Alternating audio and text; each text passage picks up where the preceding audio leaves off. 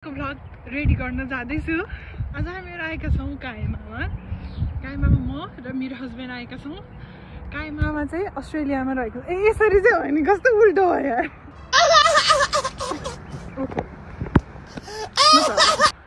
So अब चाहिँ यहाँनिरको मन्दिर यसरी डिजाइन गरेर बनाएको छ। All the oh my god, it's watch out for the snakes. My god, मलाई डर लाग्यो त्यो देखेपछि चाहिँ। अब डर लाग्यो मलाई स्नेक भनेपछि। So scared. So it looks like this. अनि यताबाट चाहिँ मन्दिर जाने मिल्छ। अब धेरै बोल्न चाहिँ मिल्दैन।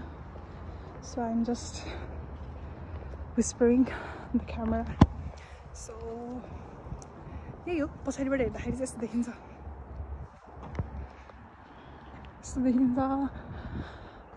हुन चाहिँ नेपालको जस्तो सबै हातले कुटेको जस्तो चाहिँ हुँदैन, सबै प्लास्टिक हो, तर यस्तो धेरै अर्गनाइज्ड वेल म्यानेज्ड हुन्छ। सो राम्रो देखिन्छ। जाने होइन सर, आउनुहोस् के, आउनु न।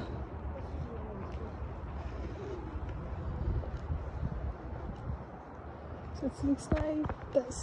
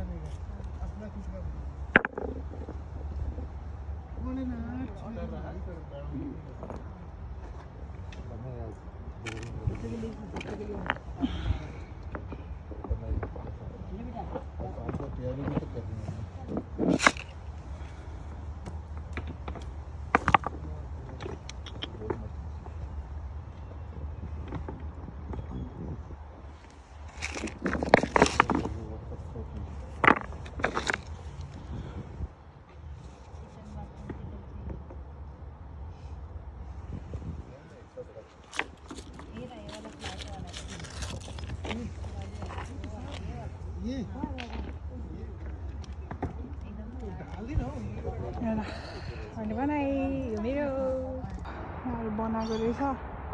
अनि यहाँ देख्न सक्नुहुन्छ त्यो सानो सानो लिटल लिटल बुद्धहरू नि यस्तो बनाएर राखेको छ। Overall it's nice. सो अब हामी चाहिँ गाडीमा बसिसक्यौँ। अब चाहिँ हामी जान्छौँ नेक्स्ट स्टेसनमा। चाहिँ म हजुरहरूलाई फेरि भेट्छु। By by.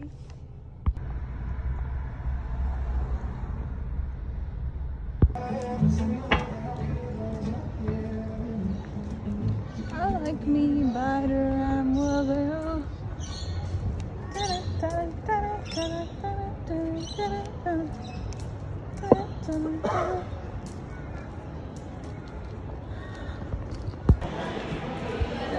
So अब अघि हामीले चाहिँ खाजा खाने ठाउँमा कहिले भेटौँ भन्ने सोचिरहेको थियौँ। के भएर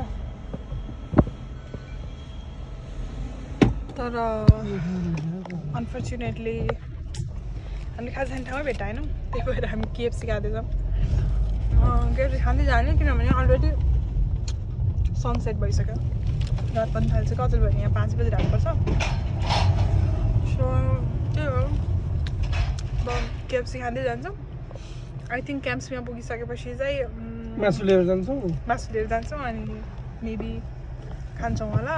लेट्स सी। सो म चाहिँ बर्गर खान थालेँ।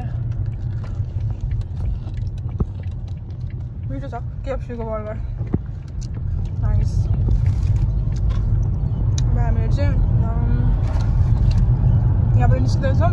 यो चाहिँ ओलङ्गङको सिटी हो। सिटी चाहिँ यस्तो हो।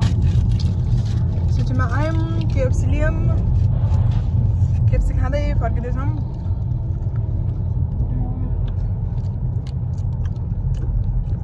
ठिकै छ, त्यस्तो मिठो पनि छैन, त्यस्तो नमिठो पनि छैन, ठिकै हो।